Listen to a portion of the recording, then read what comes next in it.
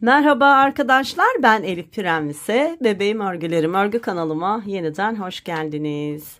Böyle ayıcıklı güzel bir crop anlatımı yaptım size. Çok beğendiniz arkadaşlar. Bunu takım haline getirmeye karar verdim ve şimdi görmüş olduğunuz bu berenin anlatımıyla beraber takım oluşturmaya devam edeceğiz. Güzel bir kombin olmasını istiyorum arkadaşlar. Bereden sonra da böyle bir güzel bir yine ayıcıklı atkı çalışmasını sizlere anlatacağım. Yine çok güzel bir çalışma oldu. Yine etrofilin ipini kullandım. Ve çok keyif alarak yine ördüm arkadaşlar. Yalnız dikkatimi çeken bir şey oldu, hemen belirteyim. Ayıcık temininde sıkıntı yaşayan arkadaşlar var. Devamlı işte nereden alabiliriz, nereden bulabiliriz diye soran arkadaşlar var.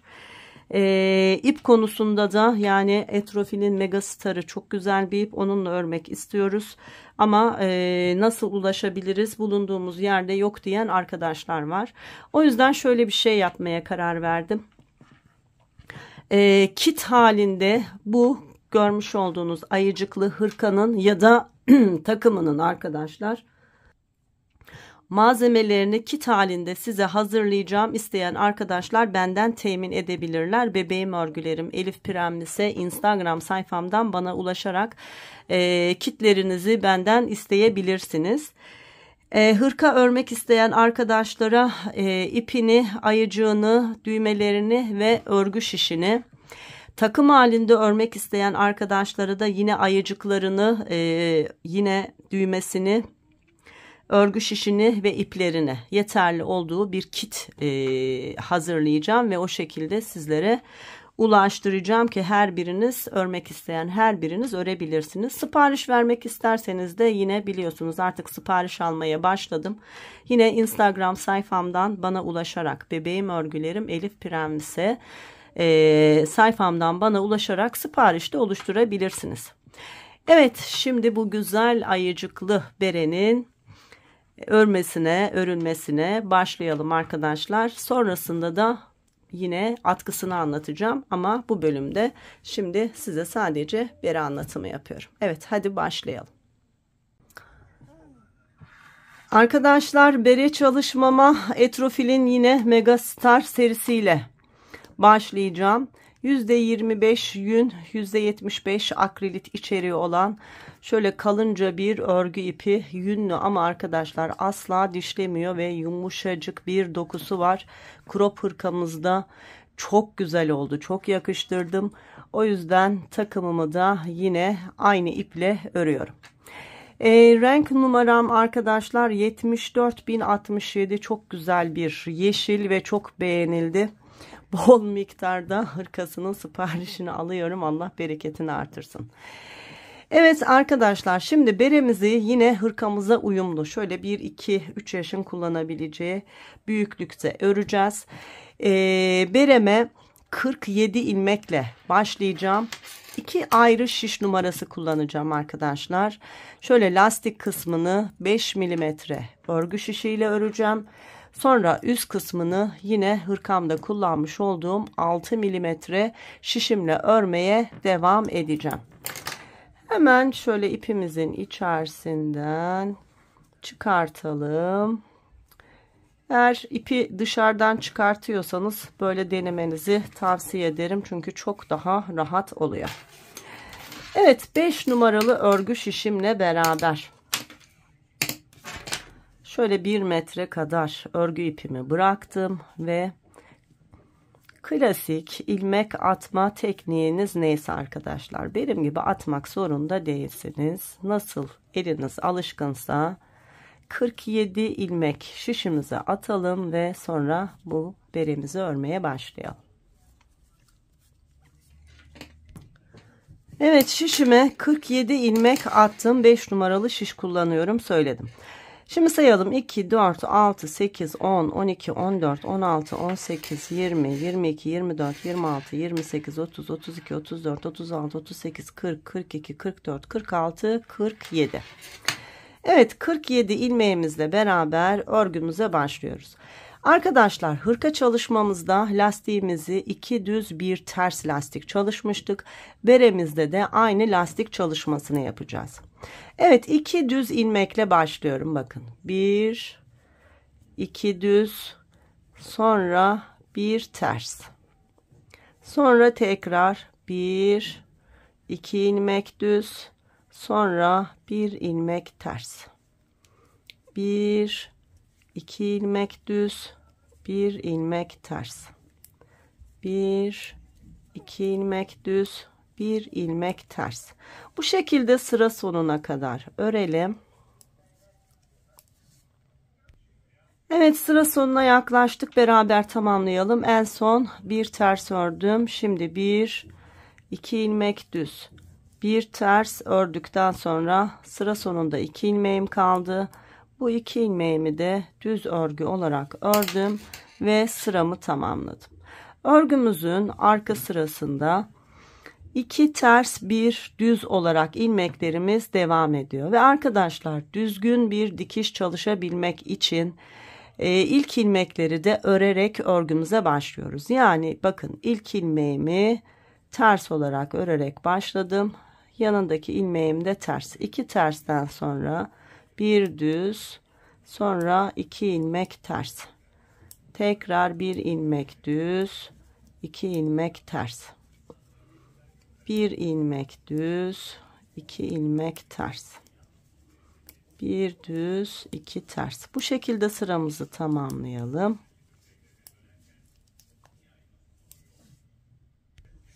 Evet, sıra sonuna yaklaştım. Bakın, bir düz ve 2 tersle beraber sıramı tamamladım. Toplamda 2 sıra lastik örmüş olduk. Bunu 6 sıraya tamamlayacağız arkadaşlar. Yine örgümüzün düz tarafındayız. İlk ilmeği örerek başladım. İlk ilmeğim düz, yanındaki ilmeğim de düz. 2 düz, bir ters.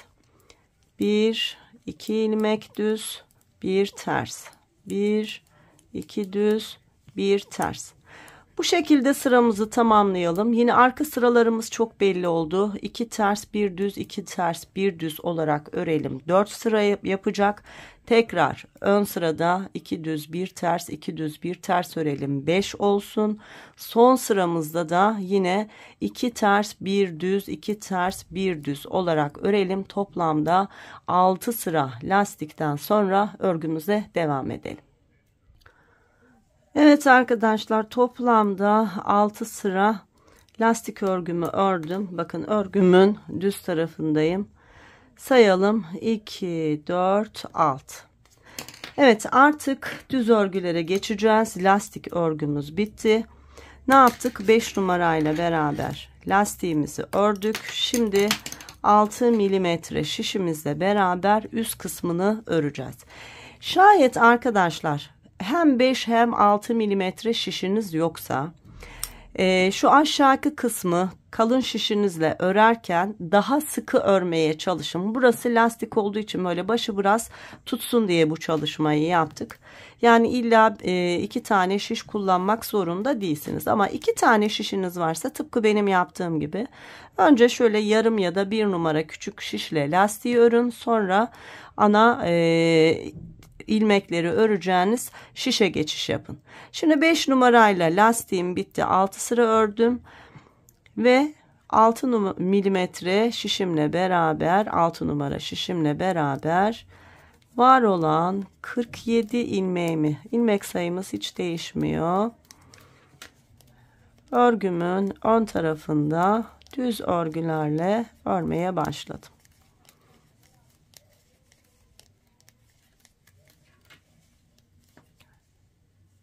Evet, var olan ilmeklerimi 6 milimetre şişimle düz örgülerle örüyorum. Sıramızı bu şekilde tamamlayalım.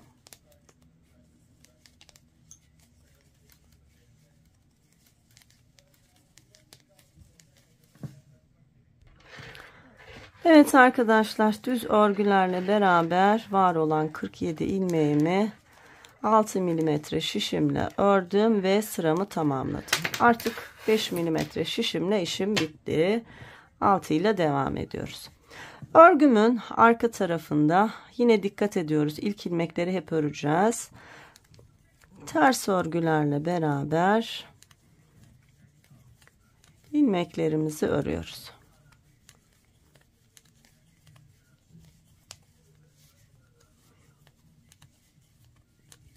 Kesim kısmına kadar arkadaşlar önlerde düz, arkalarda ters olacak şekilde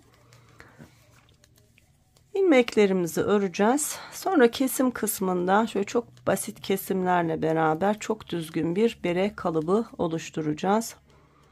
Şimdi sıramı tamamlayayım. Bu benim ikinci sıram. İlk sıramı düz olarak örmüştüm. Şimdi arka sıramı da ters örgülerle örüyorum. Bu da benim ikinci sıram olmuş oldu.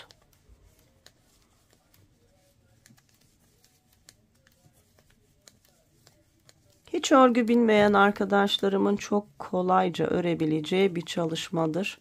Kalın ip ve kalın şişle böyle çok rahat örebilirsiniz. O yüzden mutlaka deneyin.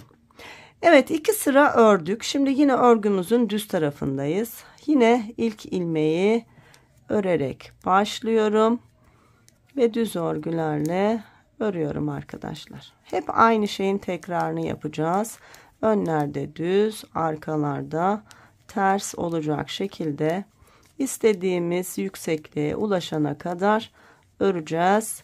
Evet, bu şekilde örelim, sonra kesimlerle birlikte devam edelim. Arkadaşlar, düz örgülerle beraber önde düz, arkada ters, tam 18 sıra örgümü ördüm. Bakın sayalım. Lastikten sonra 2, 4, 6, 8, 10, 12, 14, 16, 18. Şimdi artık tepe kısmımızı yavaş yavaş daraltmaya başlayacağız. Bunun için şöyle ilk ilmeği düz örgü olarak örüyorum. Sonrasında 9 ilmek örüyorum. Yani bununla beraber 10 ilmek. 1, 2, 3, 4, 5, 6, 7, 8, 9. Bakın birinci ilmeği sayarsak 10, 2, 4, 6, 8, 10.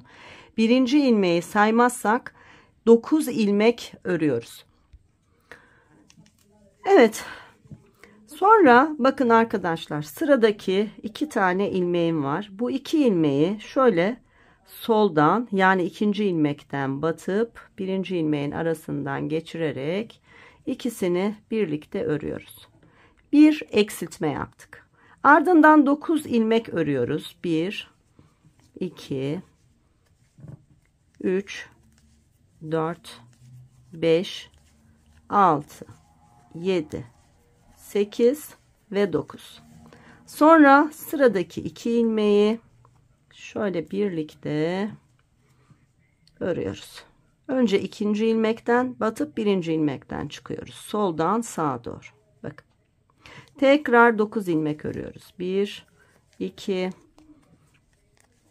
3, 4, 5, 6, 7, 8, 9. Yine sıradaki 2 ilmeği bakın ikinci ilmekten batıp şöyle birinci ilmekten çıkıyorum. Soldan sağa doğru birlikte örüyoruz.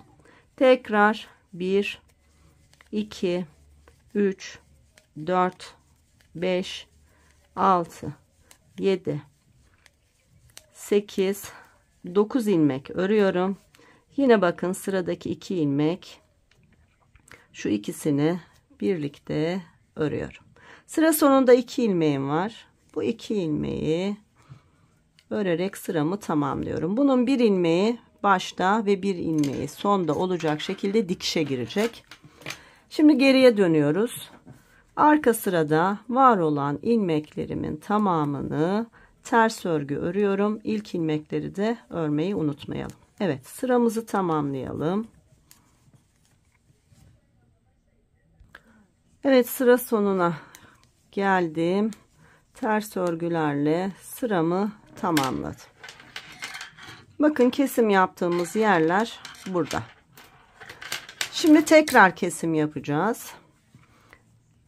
İlk ilmeği ördüm. Yine ilk ilmeği saymıyorum. Sonrasında 1, 2, 3, 4, 5, 6, 7, 8 ilmek ördüm. İlk ilmeği de sayarsam 9 ilmek oluyor. Ardından bakın bir önceki kesim yaptığım ilmek burada, ikinci ilmeği. Yine bu arkadaki ilmekten batıp öndeki ilmekten çıkarak 2 ilmeği birlikte örüyoruz. Bir kesim daha yaptık. Devam ediyoruz. 1, 2, 3, 4, 5, 6, 7, 8. Bu sırada hep 8 örüp sonra 2 ilmeği birlikte örerek keseceğiz. Bakın bir önceki sırada kesim yaptığım ilmek şöyle soldan sağa doğru 2 ilmeğin arasına batıp ikisini birlikte ördüm. Tekrar 8 ilmek örüyoruz. 1, 2, 3, 4, 5, 6, 7, 8. Bakın kesim yaptığım ilmek burada. Şöyle ikinci ilmekten girip birinci ilmekten çıkıyorum. Soldan sağa doğru birlikte ikisini ördüm.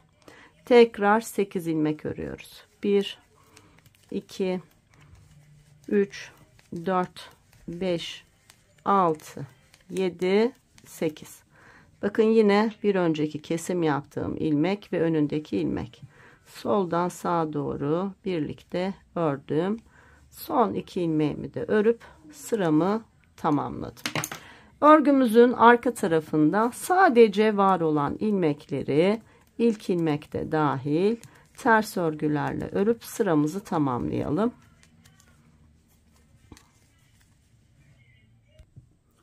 Evet, ters örgülerle sıramı tamamladım. Tekrar örgümün düz tarafındayım. Bakın kesim yaptığımız yerler nasıl belli oldu ve hep aynı yöne kestiğimiz için çok düzgün bir görüntü elde etmiş olduk.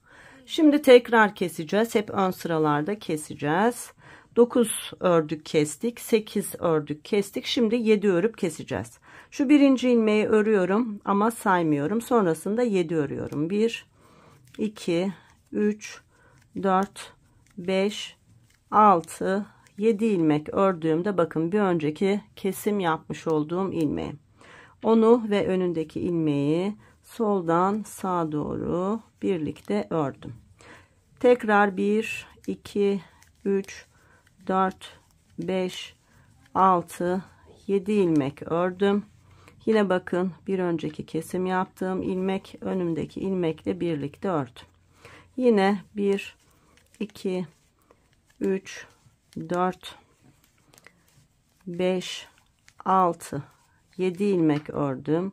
Bakın kesim yaptığım ilmek ve önündeki ilmek, ikisini birlikte ördüm. Devam ediyoruz. Yine 7 ilmek öreceğiz.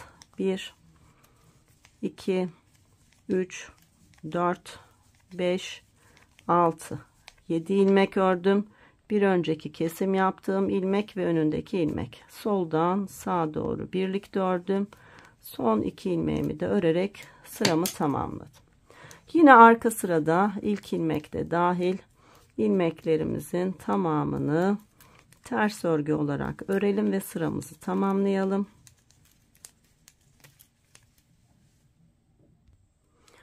Evet, ters örgülerle sıramı tamamladım. Yine örgümün düz tarafındayım.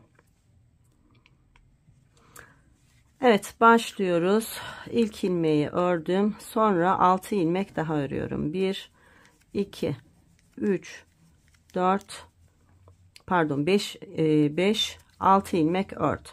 Bakın bir önceki kesim yaptığım ilmek burada. Önündeki ilmekle beraber ikisini birlikte ördüm. Sonra yine 6 ilmek örüyoruz. 1, 2, 3, 4, 5 ve 6. Sıradaki 2 ilmeği birlikte ördüm. 1, 2, 3, 4, 5, 6 ilmek ördüm. Sıradaki 2 ilmeği bakın soldan sağa, şu bir önceki kesim yaptığım ilmek, ikisini birlikte ördüm. Yine 6 ilmek örüyoruz. 1, 2, 3, 4, 5, 6, sıradaki 2 ilmek, bakın kesim yaptığım ilmek, o ve önündeki ilmeği birlikte örüyorum. Son 2 ilmeği de örerek sıramı tamamlıyorum.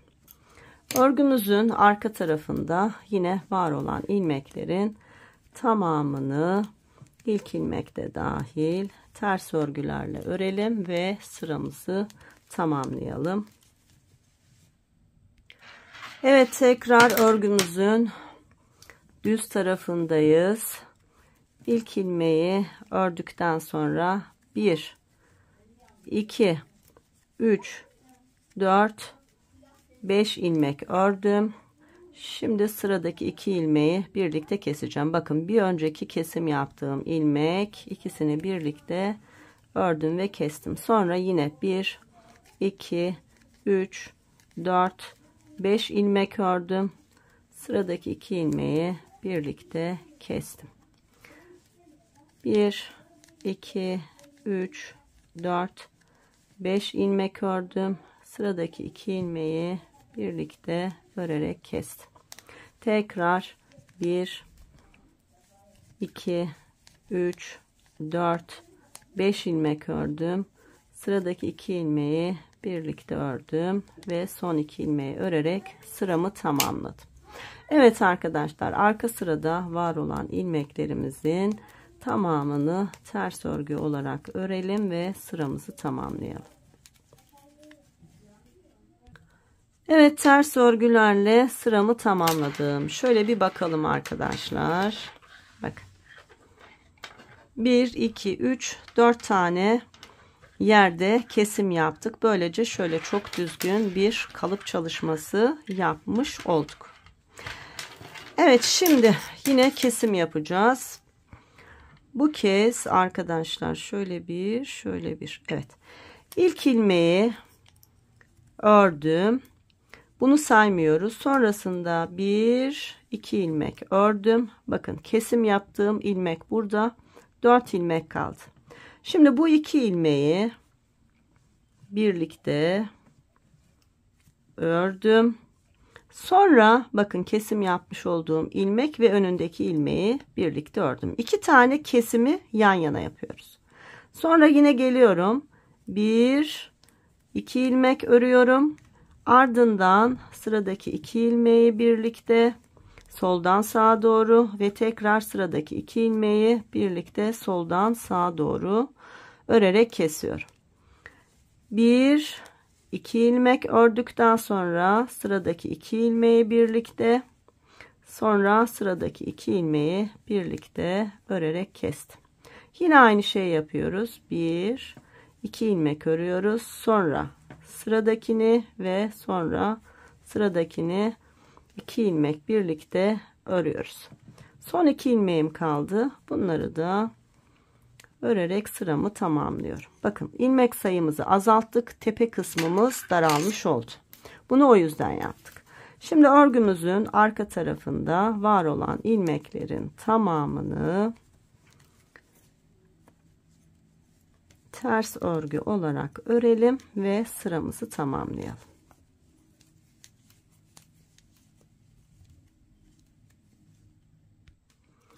Evet, ters örgülerle sıramı tamamladım. Şimdi kaç ilmeğimiz kaldı hemen bakalım. 2 4 6 8 10 12 14 16 18 19 ilmeğimiz kaldı 47 ilmeğimizden. Evet, kesmeye devam ediyoruz arkadaşlar. Şu ilk ilmeği ördüm.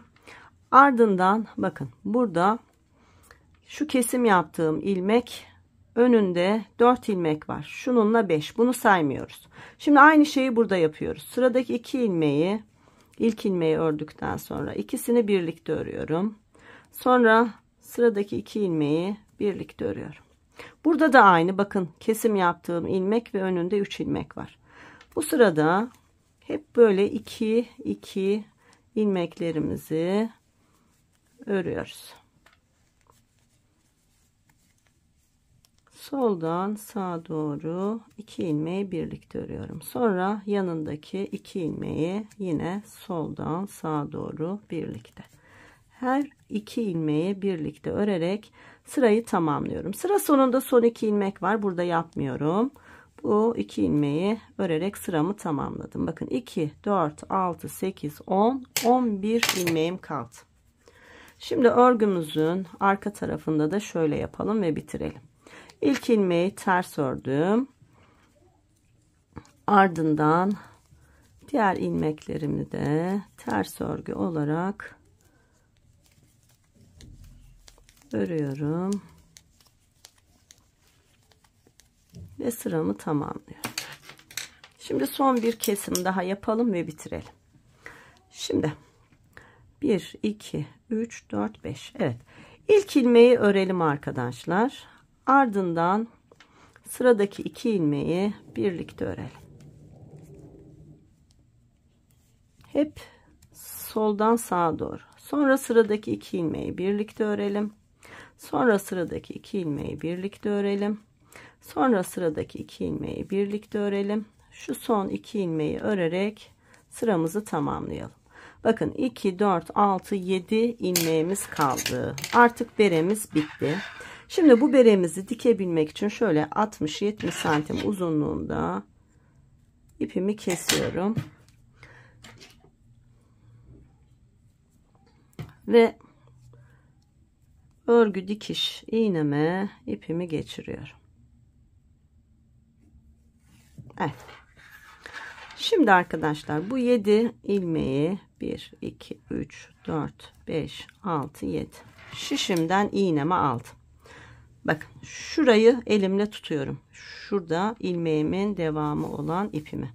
Şöyle tutuyorum. Bakın burayı böyle iyice sıkıştırmak için bunu yapıyorum. Sonra bunun arasından geçirip şöyle sıktığımda bakın tepe kısmımız kapandı. Hemen şurada ilmek arasına geçerek bir düğümle beraber burayı sabitleyelim. Bakın ne kadar güzel oldu. Şimdi de dikiş yapacağız arkadaşlar. Tıpkı hırkamızın yan ve kol dikişlerini yaptığımız gibi şu ilk ilmeklerimizi hiza alacağız. Bakın başlangıç ve bitiş. İlmek aralarına girerek dikeceğiz. Hemen başlayalım. Bakın. Geliyorum şu ilmek arasına şöyle giriyorum. Sonra geliyorum diğer tarafta. Bakın yine burada giriyorum ve dikiyorum. Geliyorum bir sonraki ilmek arası hemen şurası. Bakın giriyorum ve dikiyorum. Geliyorum sıradaki hemen burada. Bakın giriyorum ve dikiyorum. Hep aynı şeylerin tekrarını yapıyoruz. Aynı ilmeği takip ediyoruz. Arasına giriyoruz.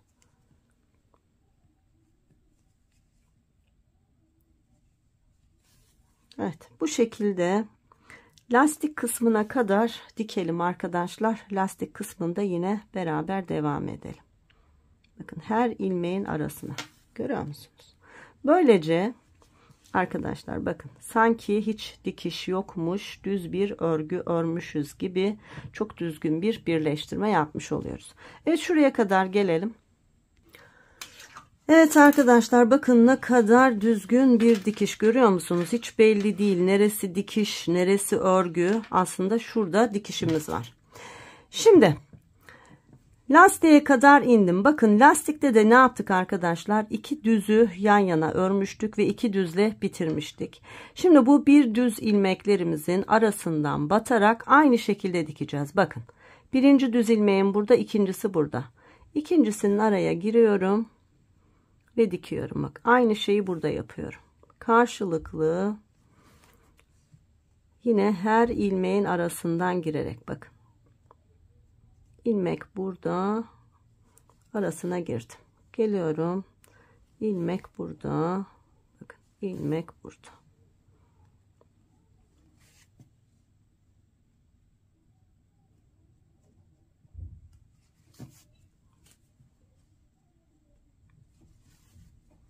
Her bir ilmeğin arasından batarak diktim. Bakın gördünüz mü ne kadar düzgün oldu. Yine 2 ters, bir düz, 2 ters, bir düz olarak devam etti. Hiç dikişimiz yokmuş gibi. Evet, şimdi geliyoruz. Bakın arkadaşlar, şu başlangıç ilmeğine girdim, birleştirdim. Aynı şeyi buradan tekrar yapıyorum. Burası sağlam olsun diye bunu yaptım. Bakın ne kadar düzgün, görüyor musunuz?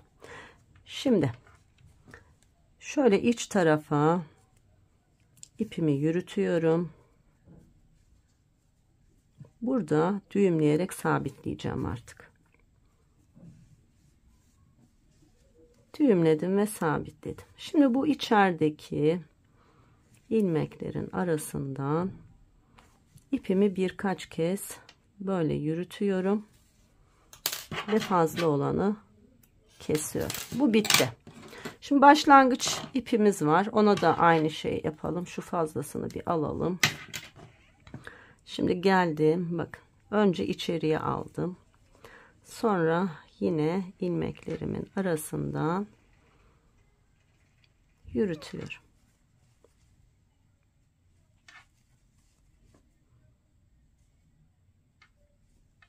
Evet, bunu da gizledim. Bakın tertemiz oldu.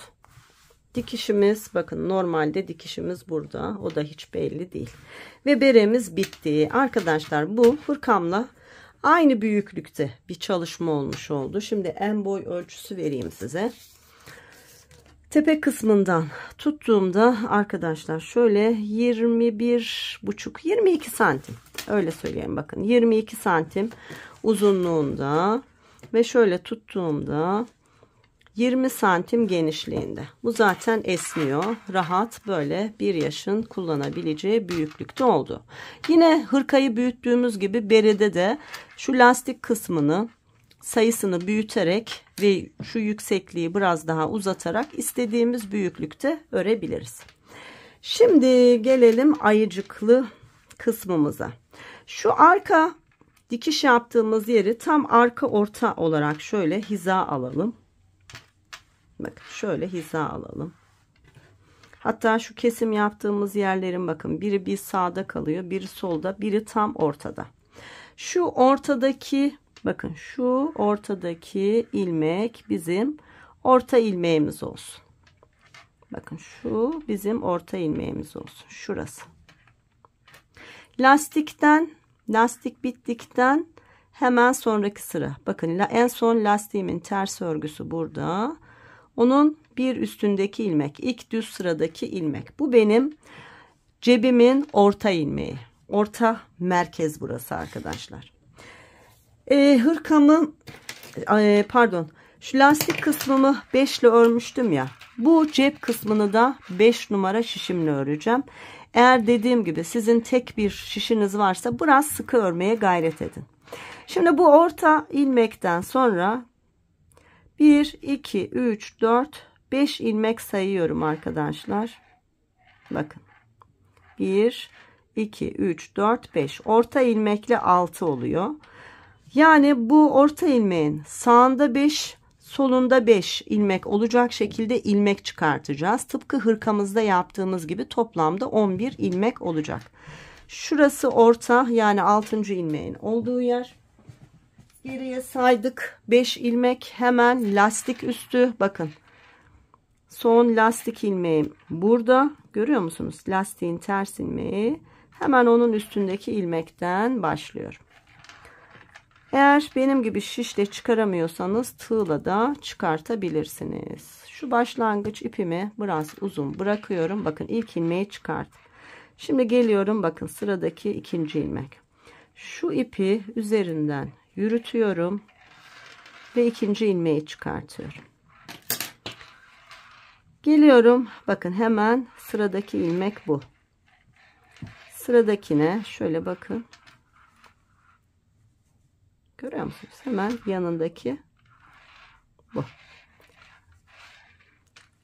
Battım. Yine şu ipimi yürütüyorum. Bir ilmek daha çıkardım. 3. Bakın sıradaki bu. Hemen ortasına şöyle batıyorum. Şu ipi yürütelim. 4. Geldim. Bakın sıradaki bu.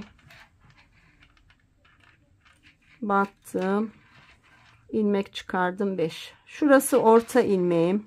Bakın, demin tığ sabitlediğim ilmek.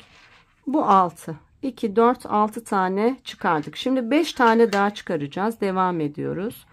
Yine aynı hizada. İlmekleri hizasını şaşırırım diye düşünüyorsanız bakın şu tersleri dikkate alarak hemen tersin üstündeki ilmek. Böyle yol alabilirsiniz. Bakın sıradaki bu.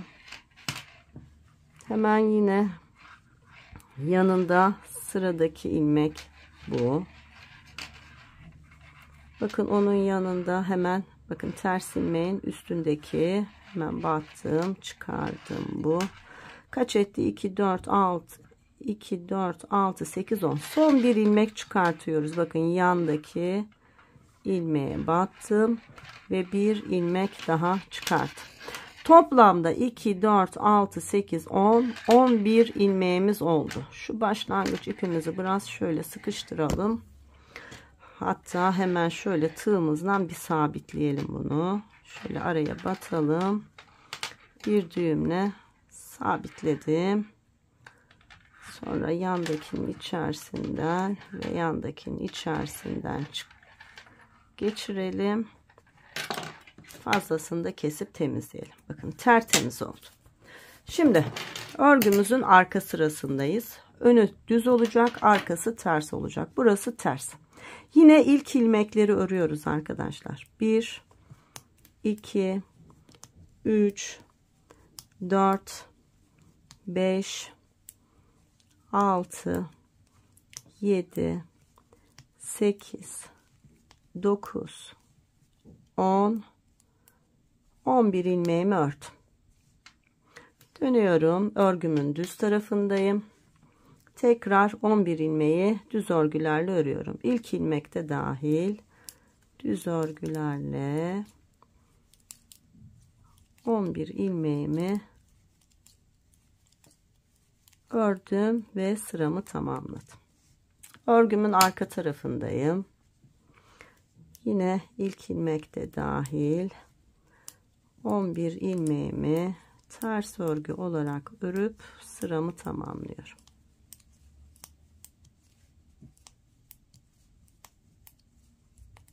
Evet. Tekrar ön taraftayız. Şimdi ayıcığımızın ayaklarının geçici yuvayı çalışacağız arkadaşlar. Hemen başlayalım. Birinci ilmeği ördüm. İkinci ilmeği ördüm. Üçüncü ve dördüncü ilmeği şöyle soldan sağa doğru birlikte örerek bir kesim yaptım. Sonra şişime ipimi doladım. Bunu çok sıkı yapmayın. Ayıcığımız rahat bacağa geçebilsin.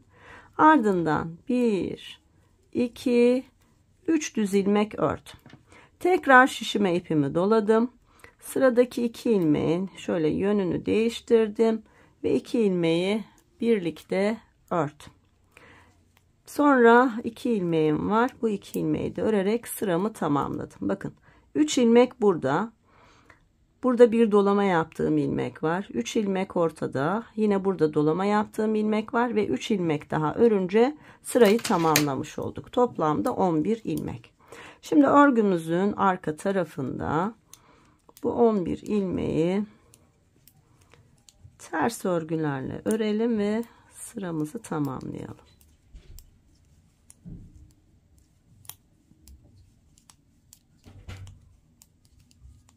Evet, tamamladık. Bakın yuvacıklarımız oluştu. Gördünüz mü? Buradan rahat bir şekilde ayıcığımızın ayakları sığıyor. Devam edelim. Şimdi yine düz örgülerle 11 ilmeği örelim.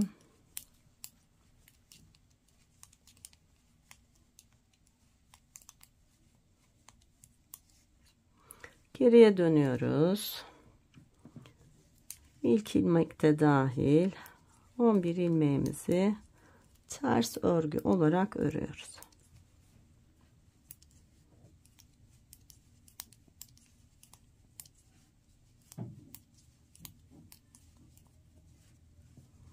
Bakın. Evet. Şimdi arkadaşlar burası bizim için yeterli.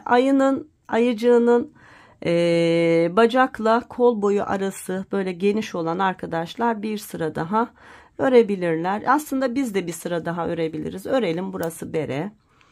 Yine düz örgülerle öndeki ilmeklerimi ördüm ve sıramı tamamladım. Geri dönelim. Arka sırada yine var olan 11 ilmeğimizi ters örgülerle ördük ve sıramızı tamamladık. Yani şöyle saydığımızda 2 4 5 sıra örmüş olduk. Şu bacak kısmının yuvalarının bitirdikten sonra. Bakın 1 2 3 4 5.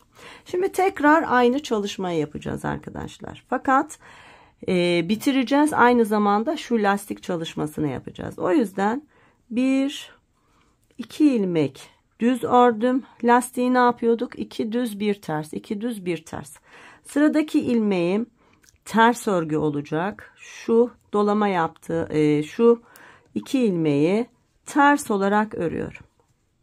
Bakın 2 düz 1 ters oldu. Dolama yaptım şu yuva için. Şimdi bu dolama yaptığım ilmek birinci düzüm. Şu yanındaki ilmek de ikinci düzüm oldu.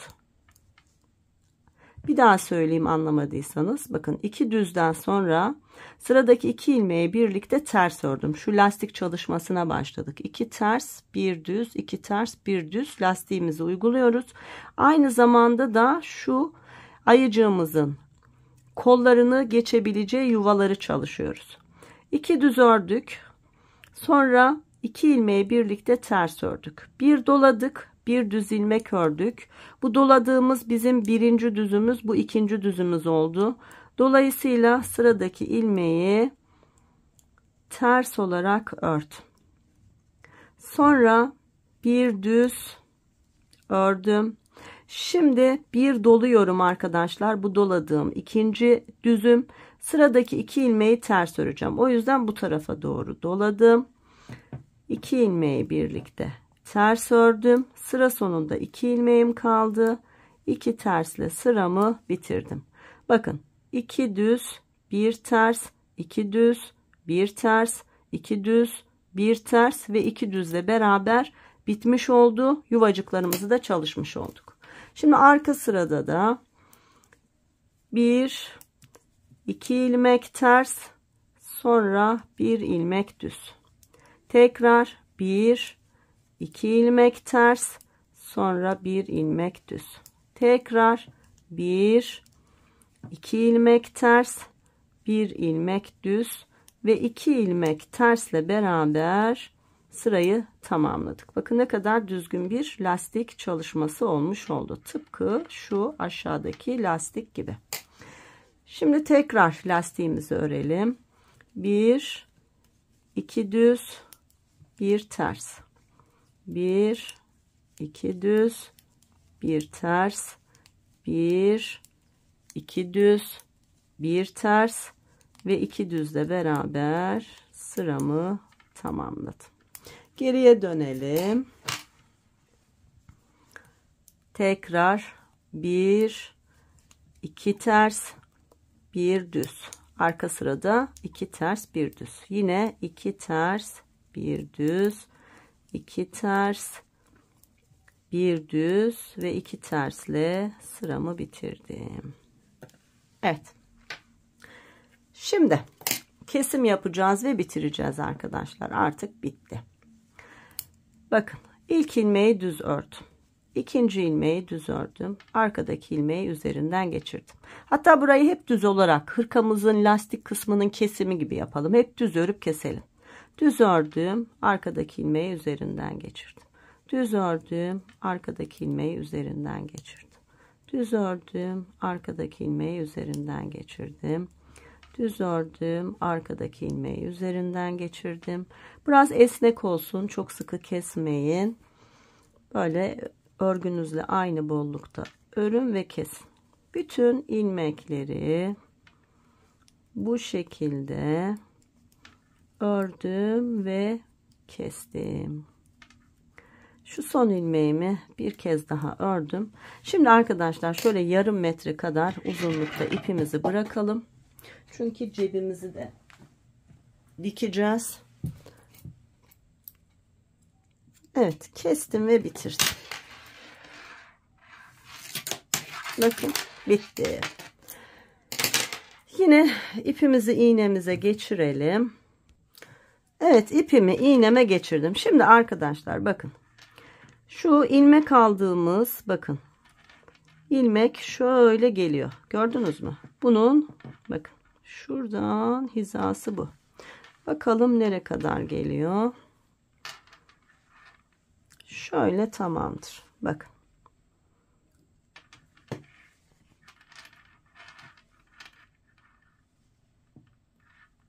Şöyle bir bakalım. Tamam mı? Evet, böyle tamam. Kaçıncı sıra hemen söyleyeyim. Şu başlangıçtan sonra 1, 2, 3, 4, 5, 6, 7, 8, 9, 10, 11, 12. sıra arkadaşlar. Getirdim. Bakın burada şöyle de tuttuğunuzda pot ya da sıkılık olmaz. Buradan girdim. Şimdi geliyorum. Bakın burada ilk ilmeğimin şuradan birleştirdim ya.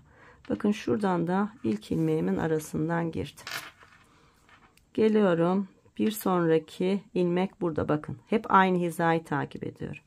Buradan battım. Sonra geldim. Sıradaki bakın ilmek burada. Buna battım. Geldim. Aynı kapşonu diktiğimiz gibi cebi de dikiyoruz arkadaşlar. Farklı bir şey yok. Bir oradaki ilmek arasından, bir buradan. Bakın. Bir buradan geliyorum, sonra bir ilmek arasından. Bakın şöyle çektiğimde sanki dikiş yok, bütünmüş gibi birleşmiş oluyor. Evet, şu aşağıya kadar aynı şekilde çalışalım.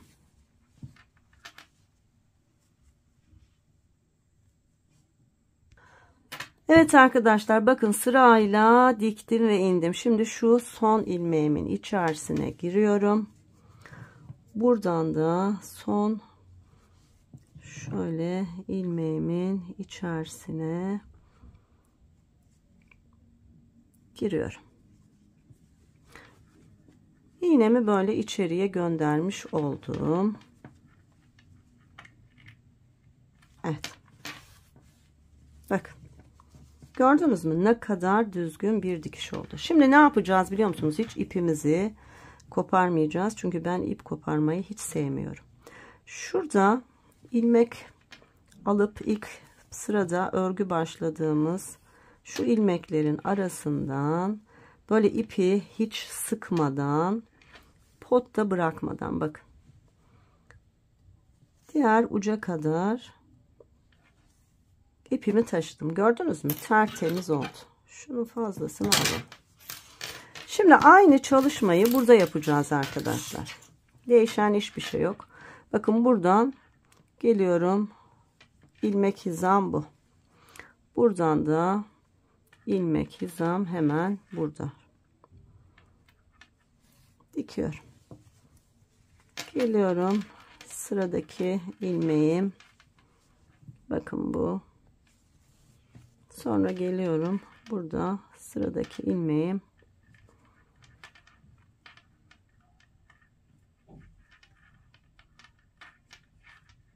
Bu. Bakın yine aynı düzgünlüğü elde ettik. Şimdi bunu da yukarıya kadar bu şekilde dikelim. Evet arkadaşlar, bakın yukarıya kadar geldim. Şimdi beraber bitirelim. Geliyorum. Bakın. Yine ilmeğimin arasına girdim. Geldim burada. Bakın bir sonraki ilmek burada. Buraya girdim. Bakın tam aynı hizada. Şimdi şöyle arka taraftan şuraya girelim.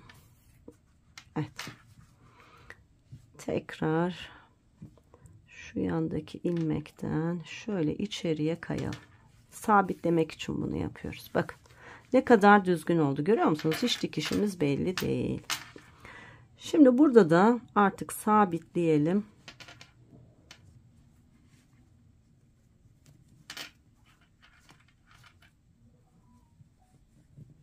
Evet, sabitledik ve bitirdik. Şimdi şu içeride kalan ilmek aralarından yine birkaç kez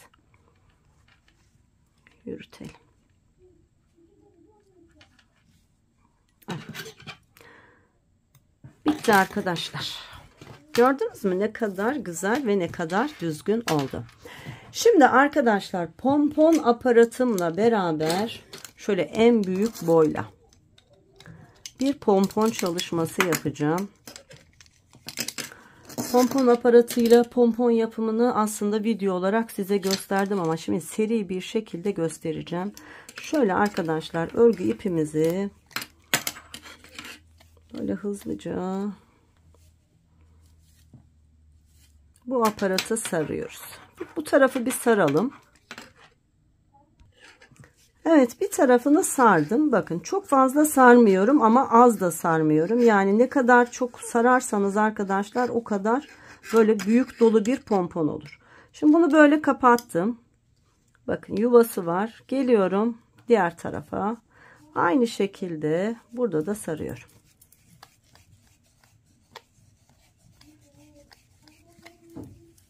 Evet, bunu da sarıp bitireyim.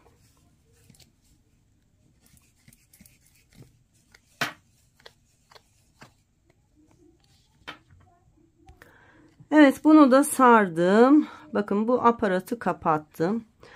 Şimdi şuradan kesiyorum. Bir miktarda şöyle bir ip ayırıyorum arkadaşlar.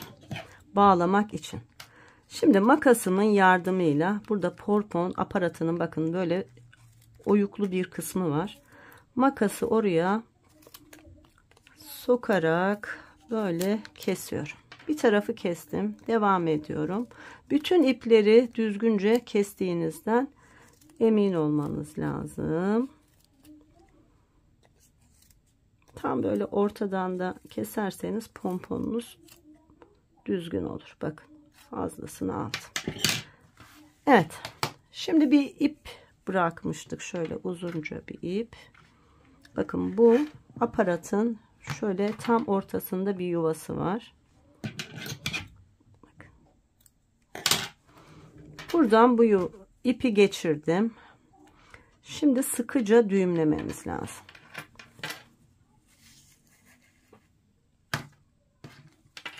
Evet, sıkıca düğümledim, çevirdim,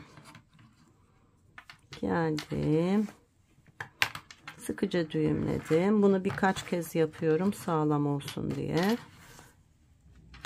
Evet, son bir kez de burada düğümlersem artık bir şey olmaz. Evet, bir kere düğümledim, sonra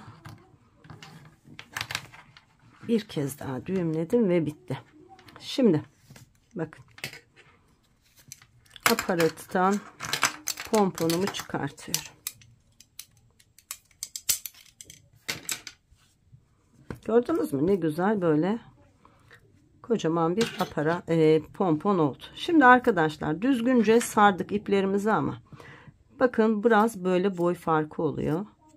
Bunları düzeltiyoruz. Fazla olan uzun kalanları düzeltiyoruz.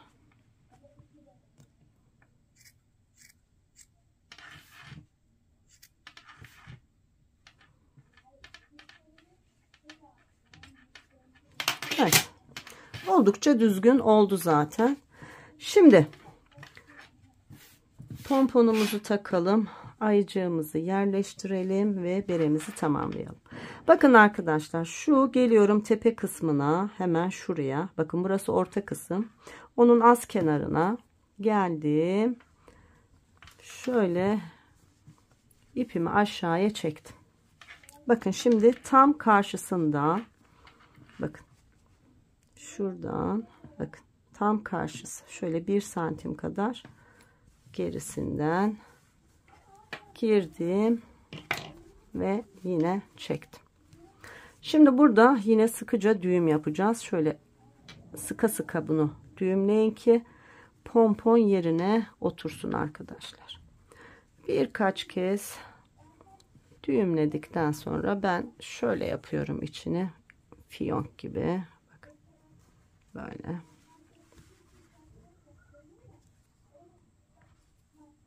Ve bunu da son bir kez düğümlüyorum. Böyle içi de hoş görünsün diye.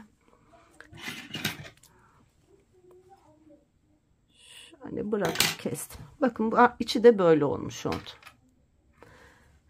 Evet. Her şeyle çok güzel oldu. Şimdi ayıcığımızı cebimize yerleştirelim ve bitirelim. Evet arkadaşlar. Ayıcığım da çok sevimli. Öyle böyle değil yani. Geliyorum bakın en alttaki yuvalara.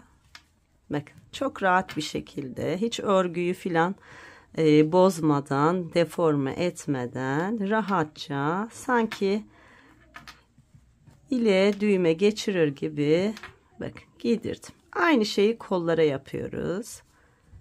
Bakın kolumuzdan da yine çok rahatça. Gördünüz mü ne kadar kolay geçti. Hatta şöyle papyonlarını da alabiliyorsak dışarıya alalım.